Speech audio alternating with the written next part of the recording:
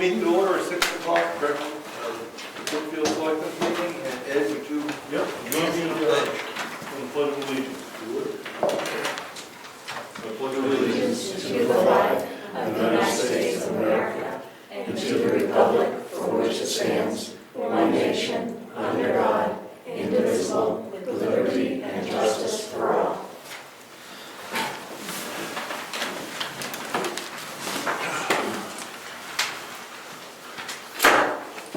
Okay, any public input this evening?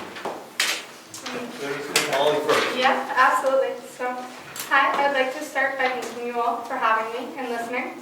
I'd also like to introduce myself. My name is Molly Brackett-Demott, and I've lived in Sanbornville my entire life. I'm currently presenting on behalf of my business/partnership, 603 Moose Mountain Lodge, LLC. Today, I'm coming to you, the board, for approval of two things. One, a collective decision to allow us to take on the senior bingo that is currently run in Milton for a short period of time, and the second being a letter of approval for an outdoor seating area for service. Bingo is currently run in Milton at the town hall, previously being held at the rec center there in town. Come May, one of the employees of the town hall will be on maternity leave. Her expected time out will be May and June. Due to then low staffing, bingo would have been temporarily held off. During those months, Moose Mountain Lodge would like to be able to offer our space to the seniors who have been attending and new seniors more local to us to continue playing bingos during those months. In the state of New Hampshire, there are no state-mandated permits or licensing to hold senior bingo. RSA 287-E-11, and this is a direct quote, any senior citizen organization in a town or city which has adopted RSA 287-E may conduct bingo games without a license under the following conditions. Except as provided in paragraph 4, games of bingo shall be open only to persons 55 years of age or older, unless the rules for senior activities on the premises require a higher minimum age for admission. The price to be paid for a single card or play shall not exceed 75 cents. All prizes, tokens, or awards used, given, offered, or awarded during or in connection with this section in any one game or any calendar day shall not exceed a payout value of $500. Persons under 55 years of age who are assisting persons 55 years of age or older may be allowed on the premises, which all of these conditions will be met and followed. As far as the letter of approval for outdoor seating goes, we are looking to have a limited seating area outside for food and beverage services. Back in February, we started the inquiry about our licensing and permits needed to supply such services, which include reaching out to the town, the state, Tim Straz, Richard Thatcher. This will be one of our final steps in the State of New Hampshire Liquor Commission. The outdoor seating area we are requesting from the state and you will be off the west side of the lodge on the corresponding wall to the bar. Immediate access and only access to the outdoor area is through the side door of the lodge on the bar wall. This outdoor seating area will have no more than 25 seats with a maximum capacity of 40 people per our permit of assembly. Seating will include roughly 4 tables with 2 to 4 seats and 4 benches for additional seating. This area will be cornered with a 16 by 10 pro shop roped off to each corner of the west side wall. Dimensions and total area being included would be 32 feet by 50 feet by 10 feet by 50 feet. And I have diagrams if you guys would like to see them. You gave us two issues. Mm-hmm. The first one was bingo, which is going to be inside. Mm-hmm. I don't think there's an issue with bingo inside. Okay. Perfect. I'm not sure the town has ever approved the RSA you referenced. Okay. So I'm not, you referenced an RSA if the Yeah. town approves it? Yeah. I'm not sure we ever did that. Okay. So I don't, you'd have to research that. I don't know what the implication was to what you read us. It was just stating the requirements to follow in order to host bingo in the state of New Hampshire. I would ask you to... There's senior bingo specifically. Well, my point is, I'm not sure the town has ever authorized that. Mm-hmm. So I'm not sure how that plays into the RSA you read to me. Okay. So on the bingo, I think as long as you follow the rules, state rules, I think we're okay with using the building. Yeah. Okay. The second issue, outdoor seating, Mm-hmm. that's a planning board issue. You Okay. are changing what's permitted up there, what's not permitted. So you have to make that application to the planning board. Okay. Because you're taking your restaurant outside now. Okay. and that's a planning board issue. Okay, perfect. Well, All right, thank so you. you'll take care of that I one? will take care of it with planning board. Okay. Perfect. You guys have any? No, good. Awesome, thank you. Good. Thank you for coming. Steve Patrick, 1411 Wentworth Road. I just had a question in reference to what I saw in the minutes from the March 19th meeting relative to your discussion or your talk, whatever you want to call it, on home-based businesses. Yes. I'm just curious what prompted that to come out, because I didn't see anything in the previous meeting minutes about home businesses, number one. And number two, you said as long as it doesn't have an external impact, I'd like to know what an external impact would be. Okay.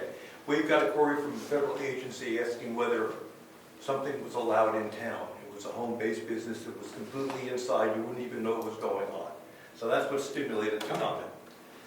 Your second question was? What you made reference to as long as it doesn't have an external impact. For I'm wondering example, what an external impact would be. if you wanted to run a sawmill in your lot next to you as a home-based business, that would have an impact. Okay, so traffic coming and going would not be an external impact. We don't think so. Okay, that's fine. That's all I had. Okay. Anybody else? Comments? Did you say it was a federal inquiry? Is that what you said? We have an inquiry, yes. It will happen to be a federal. Okay, thank you. Yeah. Yes, Rose? Rose Zacher, so you saw that Diana has, well, you read that Diana has put in her resignation, and I would like approval to use the townhouse on May 4th for a reception for her. I'm thinking of something that is an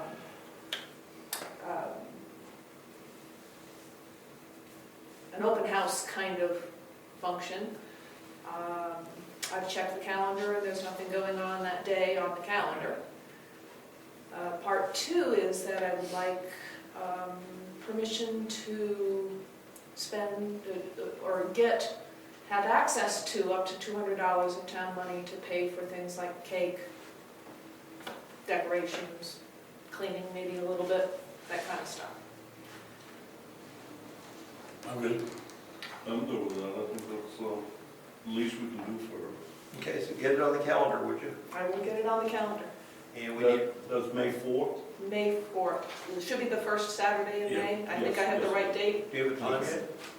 What we're planning is 2 to 4 p.m. for people to come, and we'll probably set up between Friday and Saturday morning. Yeah, and of course, we'd like receipts.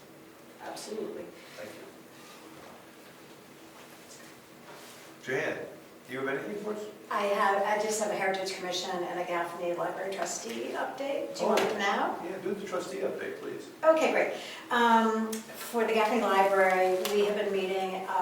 Beryl is retiring in early summer, so we've been conducting a review of resumes and interviewing candidates. So we will be furthering that process tomorrow. We're also working on a personnel policy that hasn't necessarily been as documented before, so we're putting all of that together. Additionally, we have had a discussion about the volunteer policy. Volunteers, many of whom have come from Brookfield, and they're really important to the library. The program really got put on hold during the pandemic, and now along with changes in operating procedures and by law, we are now re-looking at the volunteer policy, and we'd like to better communicate ultimately what we need and what volunteers can do, and then put that information out to the community. So I'll have more to update you on with that. And then the last thing is I'll be attending the 2024 New Hampshire Library Trustees Association conference in June in Concord, and that just helps us better understand the responsibilities of trustees and the power of the library and so on. So I hope to have more information for you by the next meeting. Do you want Heritage Commission as well? Can we get to later? Yes, thank you. And I want to go back to Steve. Okay. We can talk about traffic. We don't have issues with traffic, but we do have issues with parking on the road if you overload it. If somebody overloads the road with parking. Oh, no, there'd be a parking lot on the property. I'm sorry? There'd be a parking lot on the property, just be coming and going out of an access road. Okay.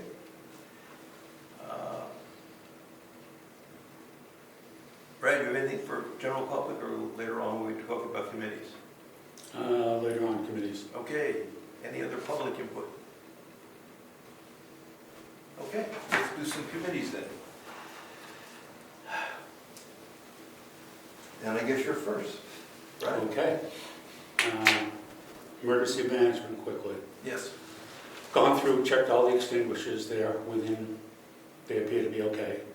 And waiting for 2 9-volt batteries for the AEDs. All those do is make the little green lights blink to tell you the AED's in service. They are in service, they just need the batteries. So as soon as those come, we'll put those in. And then you're going to address the hazard mitigation plan later. Did you review it? Did you look at it? I don't have it. I mailed it to you, emailed it to you. You emailed me a sheet with comments on it that were highlighted in yellow. Keep reading. That's only 20 pages long. That's the document we had to review. I went through it, it's pretty detailed when you go through that. They talk about all the typical hazards that we have to mitigate. Okay. And I was going to discuss it with the board. Did you have any comments on it, or are we going to approve that? I don't recall reading it, right? I'm not saying I don't have it, I don't recall reading it, so. Well, when Brian got a copy, you guys got copies. Okay, and I don't doubt that for 1 minute. Take a look at it. Take a look at it, please. Yes, I will. Do we have to make this decision tonight? No, we have to formally adopt it when we're ready to sign up for what it Okay, and then I'd like burdens to, us with. I'll take the opportunity to put it off to the next meeting. I'll make sure I do my homework and apologize. I'll go over the email again, Rich. Okay. My apologies if I didn't get all of it. And then on that topic, I was under the impression it was actually an emergency operations plan that was being done, not a hazard mitigation plan. Because our hazard mitigation plan is not that far out of date. It's our operations plan that is greatly out of date. Okay. Is there plans to do a jurisdictional update on that, or? We did not pursue that. Okay. I guess that would be good if we should do that. We could do that. Would you like to pursue that? Sure. Because our current plan is, I want to say 1992 is the most current plan we have. It's technically supposed to be updated every 5 years. Would you let us know what you find out on that one? We will for sure. Thank you. No problem. Before you leave that, Leah had scheduled a joint loss management committee meeting for Thursday of Yes. this week, and she's canceled that. Oh, she She'll can? she'll repost it. She's going to move it out to May 4th, Okay. or May 4th or May 2nd. Reason being is her current illness is going to Be be rescheduled. She's rescheduled. That's correct. It's May 2nd. I misspoke. It'll be Thursday, May 2nd at 6 p.m. And she'll repost. One quick second, let me update that.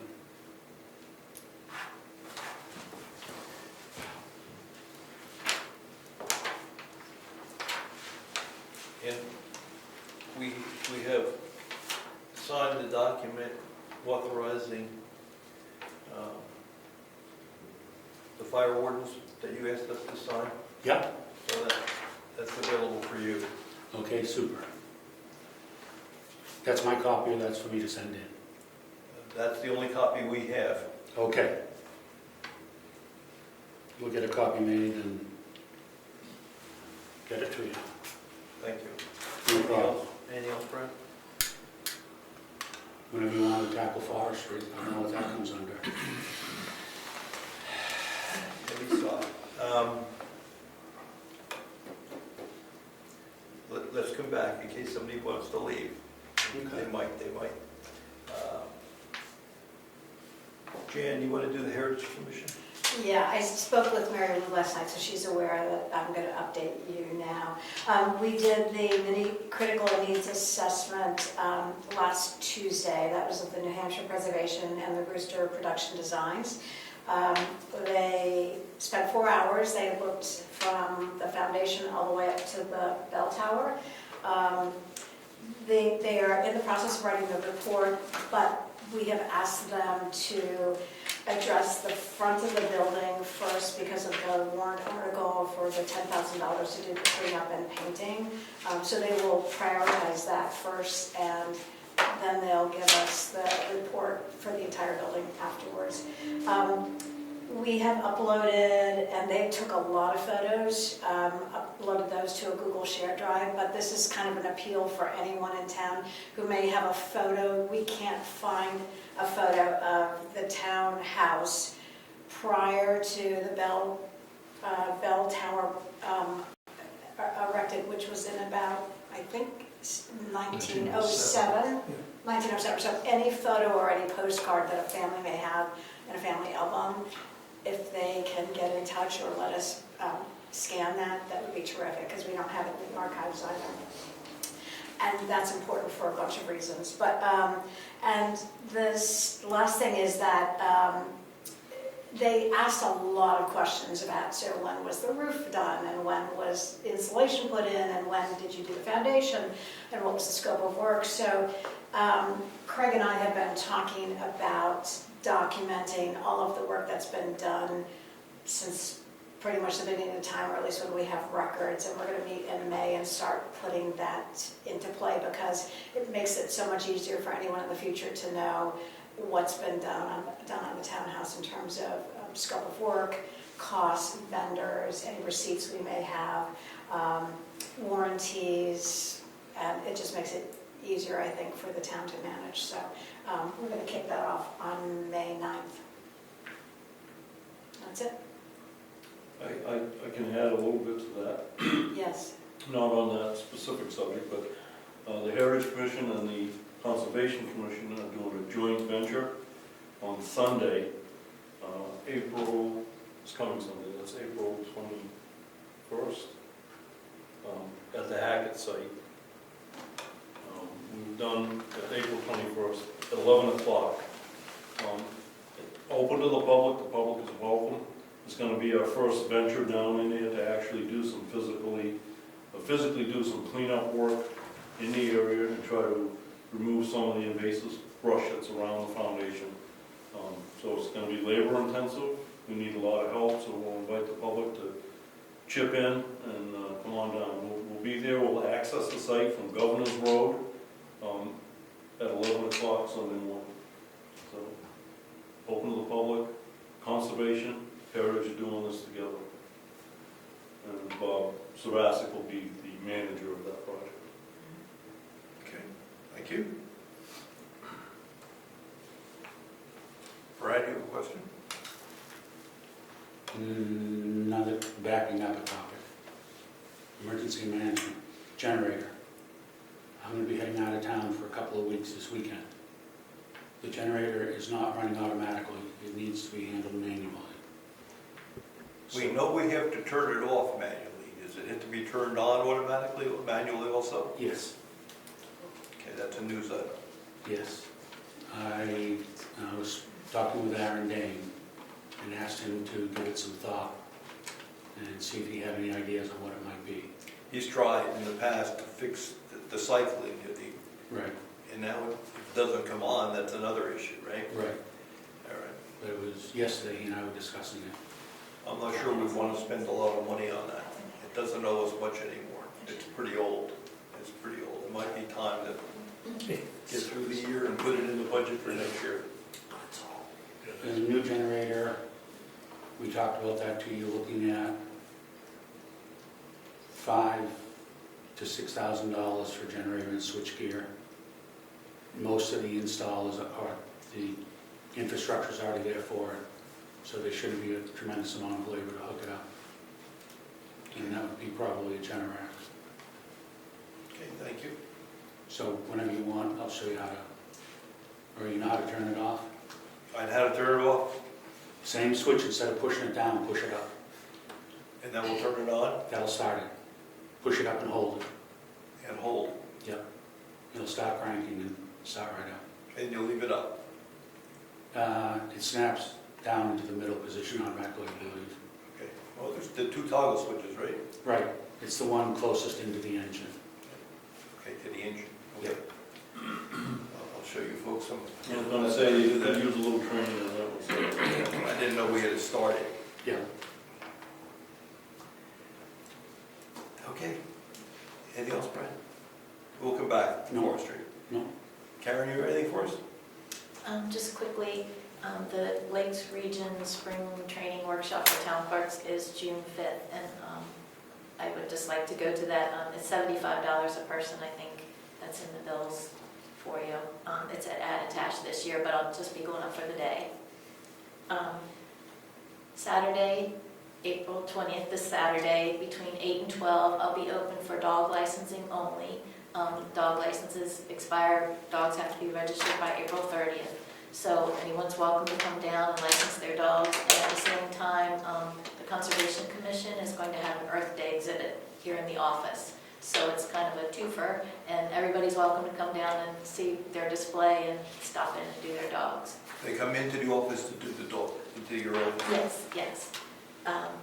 And tomorrow, just a quick reminder, the Right to Know Zoom meeting is here from 9 to 2:30 through the New Hampshire Municipal Association. So we'll have it here with a Zoom video on the screen for town employees. Anyone, public's welcome, but especially town employees to come and watch. And I don't have an actual agenda, so I can't tell anybody exactly what happens when during the day, so they can come and go. It's pretty much, you need to be here for the day. Do you need any help from us to get that set up? No, all set. Thank you, though. Okay. Yeah. Well, thank you for doing that. Oh, no, it's I wanna important.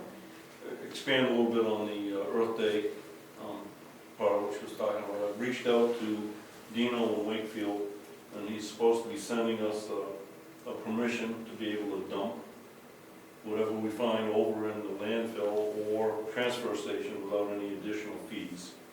He's agreed to do that. Also, it's going to actually last for the entire week. There's going to be a cleanup, road cleanup, starting on Saturday morning, and it'll run for the whole week. All the bags and everything, trash is collected, will be put in on the side of the salt shed in the back, and then Pat, at the end of the week, will pick them up and take them over to the transfer station. Good. So, Thank you. it's all coordinated, it's all set, it's ready to go. Just need people, volunteer, step forward. Do you want to do bills now? Would you like to do bills? Yes, And then your report that you might do, you have a report or just bills? a report for road agent. Oh. Well, of course, the road agent, yes, I didn't recognize you, I'm sorry. Well, I was just gonna say this week, we're working on the brush cleanup from the storm and all the storm damage, so that's just the sides of the roads where the limbs fell, so, Town roads, town roads, yes. not Governor's 109 or part of Life. Right, and that's tricky because the state will be coming, so, but we are not doing the state roads, so. And thanks for plowing, you guys did another good job, it was a tough one. It was a tough one. A bad storm, yeah. Okay, so what do you have for, here's your invoice manifest. Yeah, sure. Okay. Okay, first we have CAI Technologies for $237.50. Then we have an invoice from Inclusion Solutions for $3,173.22.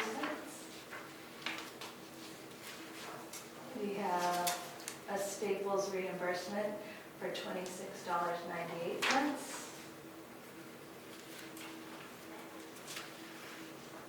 We have Kindle Construction for $2,715. And Kinville Construction for $14,537.50. And that was the snowstorm. Yes.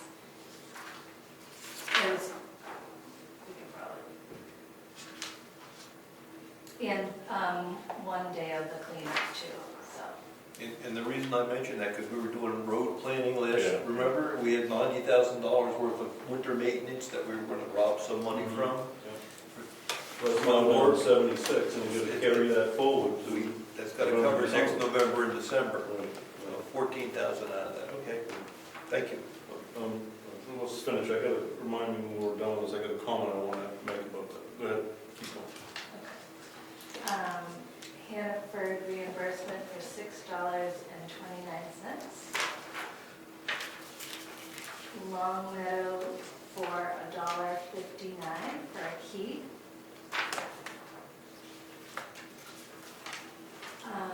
Mileage reimbursement from Marion Lynch for $61.64. Mitchell Municipal Group for $96.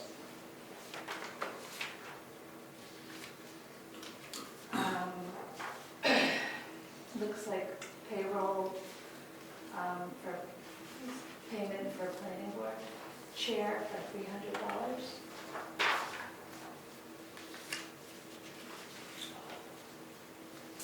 Some of these are reading for the first time, so.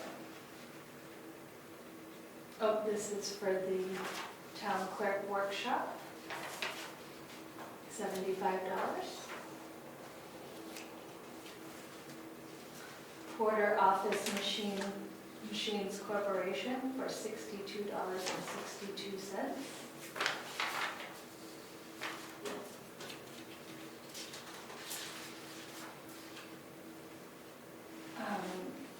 Check for the town to pay for taxes.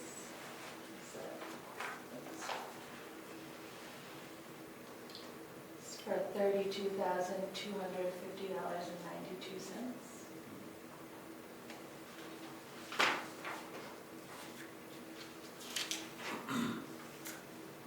White Mountain Oil and Propane for $52.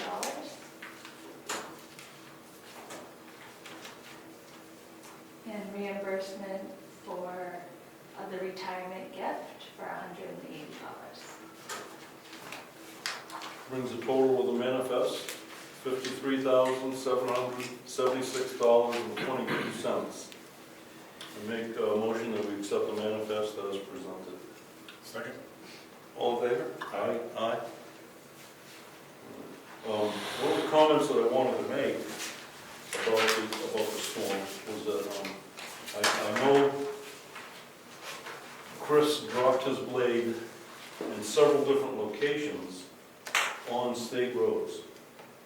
Because of all the downed trees, the state couldn't get to 109. So in order for him to get to the town roads, he had to plow through sections of 109 to get there. So my question is there any way that you can get reimbursement from the state for that amount of work that he did? He essentially did a part of their job in order to be able to complete his job. I don't know what your thoughts are on that. I think it was a cooperative thing. I think it was, Like emergency. yes, it's an emergency, so I think we should just let it go. I agree. Okay, so it can't be big dollars. Okay, I just thought it would be worth asking a question, and also, Well, we have to go to the state legislature to get reimbursed. Okay? Okay, thank you. but I do want to thank Chris and Kate for doing that work, seeing the need, Yeah. and just, It was a tough storm. I'm assuming the responsibility and doing it. Thank you, and make sure Chris gets that feedback as well. Thank you. Okay, did we miss any committees? Yo, Craig, yes. No committee, I had a question about the manifest. What is Inclusion Solutions for? That's the voting booth. Oh, okay, great. And they Trick came- question, wasn't it? Trick question. No, I just wondered who it was. I mean, it's Unusual. unusual and never heard the name, $3,000. We're getting, I was afraid it was the IT company. no, we're getting new voting booths. Yeah, The other great. ones are pretty well shot, and given the population in town now, we're required to have an extra booth. Yeah, So we took the step to get new. Right, Karen ponds. did all that, I think. Yes, Karen investigated. Yeah. I think they're next door. We'll have to try putting them up before the election. Yeah. It'd be good to do. Yeah. Otherwise, Right. otherwise we could be using the old ones again. Could be tricky for us guys. Any other committees? Okay, let's talk forestry. Yes, sir. The truck doesn't work. Yeah. You indicated we should sell it. You were going to get us a spec sheet so we could try to sell it. Yeah. The last time you were here, you talked to us about that. Yeah. As soon as I get back from vacation, I will. Although, I'm starting to have second thoughts about it, Rich. I don't think we're going to put money into it. Okay. And chime in, guys, if you don't agree with me, but I don't think. No, if I didn't agree, I would have chimed in. Okay. I agree with what you're saying. It's Truck money is out the back. 23 years old. So it's only got 40,000 miles on it, but having been a highway truck, it took its beating. Got its first 39,580 miles as a highway truck. Quite honestly, I'm concerned about not having some type of capability to battle brush fires on our own. Wakefield covers us, they do a wonderful job. However, like everyone, they're short on manpower. When I was on the department, I recall times when they had multiple brush fires along the train tracks at the same time. The ambulance is quite busy now. And so a lot of time they don't have crew in town. Do we have a lot of crew at this point? No, we don't. It's something that I'm going to try and start working on to get more younger folks involved in it. I just think not having some type of response is a shortcoming, in my opinion. I think it's good insurance, and for what it costs. Well, the cost is getting more confusing because the garage where the truck used to be parked is coming down. Yes. The only place we can store material is the building behind us. Yeah. So we're going to repurpose that, put a smaller garage door on it because we can't afford to replace the one that's there. Yeah. So we're not going to be able to put equipment in there. No big trucks, maybe a tractor. So in addition to a fire truck, now you got to start thinking about building to put a fire truck in. So it's not just a free fire truck, it's a free fire truck and the supporting structures that are required to house a free fire truck. Understand. I think we want to get out of that business. One clarification real quick up front. We It's need a a forest fire warden, but I don't believe we need equipment. Okay, it's a forestry truck, not a fire truck, I guess. I don't believe we need a forestry truck. Okay. I question too, if it would be any quicker response time, because the truck is here versus Wakefield coming across Route 16 to help us out. It all depends upon their closest manpower. True. If the crew is sitting at the station, fairly rapid response. If the crew is sitting down at Frisbee Hospital or Wentworth Douglas on an ambulance call, it's going to be a much greater delayed response. And then there are sections of town that they could actually get to quicker. And with the access, different roads coming off 16 into Brookfield, I don't know how much of a advantage it would be to having a forestry truck here. Again, a forestry truck, you're not talking about a structure fire. No, not at all. So there's no immediate threat to life necessarily in a forest fire. I mean, it's a bad thing, it's not a good thing to do. It's not like somebody's house is burning and you gotta get people out of it. So I don't know that there's an advantage to having one sitting here that may get called upon once every 5 years, 3 years, 2 years. Or certainly not 5 times a year. You never know, the last fire we had was 48 acres. And how long ago was that? That was, how long ago was that, Rich? 5 acres, 5 years ago. Yeah, about 5 years ago. But most of the county was here for that. It was very Right. mutual aid intensive, so, I mean, Which also means you get the support you need when you need it. that's right. That's right. Well, we do, but we don't. We're not part of the mutual aid system, so we can't call mutual aid. That can only be done by Wakefield. Wakefield is part of the mutual aid system. Wakefield is, and so they can call mutual aid. And they, We cannot. So Right. if Wakefield is busy, we can't call Carroll Dispatch up and say, start us surrounding communities. Wakefield can do that, but we cannot.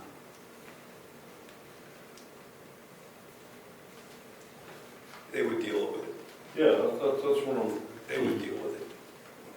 so you call 911, they have to respond. You know, if you call 911 and say there's fire in Brookfield, they don't call Brookfield, they call Wakefield. They call Wakefield. So Wakefield has to respond to 911. They call me. They call you, but they might call you, but they respond also. Correct. And if you're on vacation for 2 weeks or whatever, then they call who? Mike Moore and Dave Champy. Deputies? Yep. Or Janet, except Janet's going to be with me on vacation. And David and Mike work during the day? David does. Sometimes he works from home. He works remote, works in the office. It's soft. It's catch as catch can. Coverage is soft. It is. No matter where you go, no matter what department you look at, everybody's having the same trouble. I just spent the day in Concord with a lot of fire folks, and everyone's saying the same thing. If you want specs on the truck, I'll get them to you. Now, what are you determining to be the truck? Well, Because we've also got a lot of equipment. we're going to have to find out what we're going to do with the equipment. Okay, I don't think we need it. okay. It hasn't been out in 5 years. So to invest in it, even if it's free, it's not free, it costs us money. Well, that's true, because if it's free, I've read the literature on the free fire truck. You have to maintain insurance on it, so there's cost associated with it. You got to do the maintenance on it, so there's the annual insurance payment, annual maintenance. Well, there's two programs out there. There's the FEPP program, which the feds loan you the equipment. And that's what has been the case up until about 5 years ago. And yes, you have to take care of it, you have to house it, you have to do the maintenance on it, but you don't own it. It always is owned by the feds. They've started a new program now, which is the FPP, no E in there. And that is where the municipality gets the equipment, and 1 year and 1 day after receive the equipment, they get title to it. So they can do with it whatever they want to. And that's the truck that we would like to get in forestry is under the FPP program. It's the Stuart Stevenson that I showed you the picture of last time. It's the one that has the closest one right now with that capability is in Effingham. The truck is, yes, the truck is free. To put it in service, yes, there is cost to that. It would be about $5,000 to put it in service. But it's got 35-inch tires on it, so it'll go up the Dick Road. It'll climb up Moose Mountain. They're very versatile. I would suggest that, yeah, it would climb up Moose Mountain Road, but it would be climbing up Moose Mountain Road behind the Wakefield equipment. And I guess that's what the point is coming from. Wakefield is going to be here as quick, if not quicker, than what we would most likely respond. You don't get a direct tone on a fire when a 911 call goes through. So somebody from Wakefield has got to call you, and chances are they're already en route by the time you get the phone call. The option with that is for $350, I can get a pager that will tone me. And as far as Wakefield beating us up Moose Mountain, well, Tumble Down Dick Road is the one I'm thinking of when you get up into the ledges. And Wakefield wasn't able to get up there the last fire we had. Nobody was able to get up there.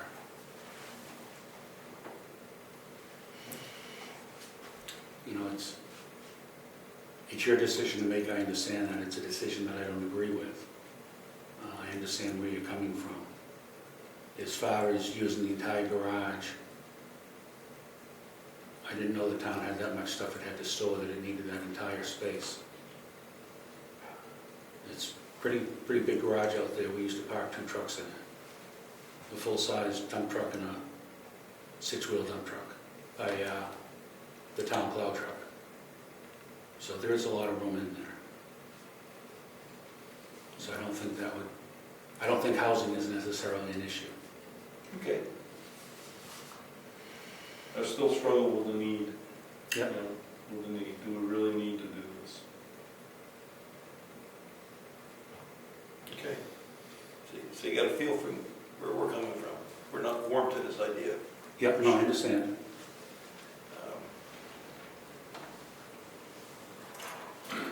Anything else? Yes. Just to back Brad's argument up. In the last 5 years, we put out 3 fires on top of the mountain. Who are you? Steve Comeau from Moose Mountain. We've had 3 fires in the last 5 years that we did not set. People that come up from, I think it's from the backside of the mountain, they have their little fire pits up on top of the mountain. We don't even know they're there till we see smoke because they didn't put it out fully. So I would advocate for some kind of forestry unit. I'm pretty sure Wakefield won't have a truck that'll get up that mountain. No, they've got different equipment designed for that. Okay. Well, we've had to put those fires out ourselves, we didn't even know anybody was out there. So maybe just an argument for some kind of backup in town. Okay, thank you. Anything else? I think we're all set. We're all set. Oh, I guess, yes, go ahead. Would you leave, Kate? I've got some mail. I've got some mail we should read. I'm not going to read the entire document, we'll put it over yonder. New England Electric Co-op for the people living up north in town. There's going to be doing some vegetation work, tilling on the power lines. They detailed out what the chemicals are that we're going to use and what areas are being treated. There's a detailed map here. It looks like it's most of their network in Brookfield. Downey and Stoneham and Pike Brook. And that's the network. So that's going to be on the table if anybody in the public would like to take a look at that. They're putting door hangers with each right-of-way of butter, along with a copy of the herbicide notification issue. So, yes, Karen. We did also send that to Wakefield, to their water commission, to let them be aware of Pike Brook being in the flow also at Frank Frazier's request. So they're aware of that. Excellent, thank you. We've got from the tax collector, we have documentation that they transferred the final tax bills to the town, and that was that check that we cut. Because now the town almost takes the lien from the burden from those people, and we pay the bill. So that transaction took place, and I think that's all of the mail that we have.